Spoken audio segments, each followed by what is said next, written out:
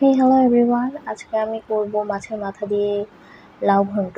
অনেকের কাছেই এই রেসিপিটা অনেক সহজ লাগতে পারে, মানে রান্নাটা সহজ লাগতে পারে, কিন্তু এই রান্নার টেস্টটা আমি অনেকবার রান্না করে করে এরকম টেস্ট আনতে পারছি।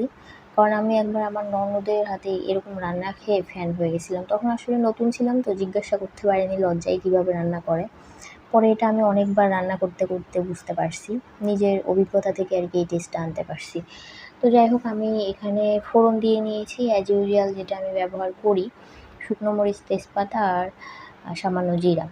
তো আমি প্রথমেই লাউ কুচি কুচি করে কেটে ধুয়ে রেখেছিলাম, সেটা কিছুটা অংশ দিয়ে নেড়ে চেড়ে বাদবাকি অংশটুকু দিয়ে আমি খুব ভালোভাবে নাড়াচাড়া করে নিই। কাঁচামরিচ আর একটু লবণ আর একটু হলুদ দিয়ে নাড়াচাড়া করে ঢেকে দেবো।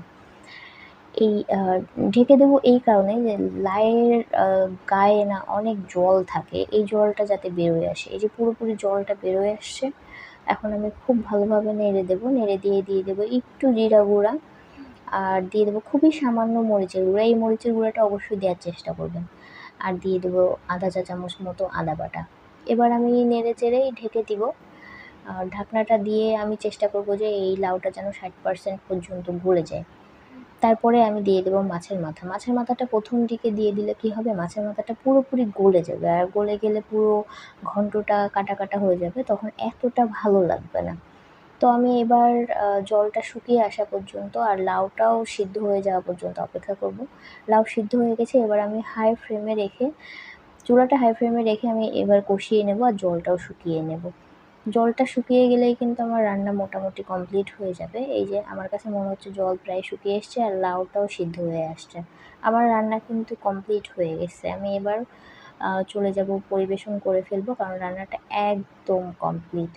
আর আমি সত্যি কথা বলতে এত মজা হয়েছিল যে সবাই খেয়ে ফেলছে, আমি আজকে খেতে পারিনি। বাট নেক্সট টাইম করলে খেতে পারবো। এই যে মাছের মাথাগুলো একটু ভাঙেনি, চারপাশ থেকে একটু খুলে গেছে, কিন্তু মাছের মাথাটা কিন্তু ধরাই আছে। আমার কাছে তো খুবই ভালো লেগেছিল। আপনারা এইভাবে ট্রাই করতে পারেন। আর এরকম সিম্পল সিম্পল রেসিপি যদি পেতে চান, আমার চ্যানেলটা একটু সাবস্ক্রাইব করেই দিতে পারেন। Thank you.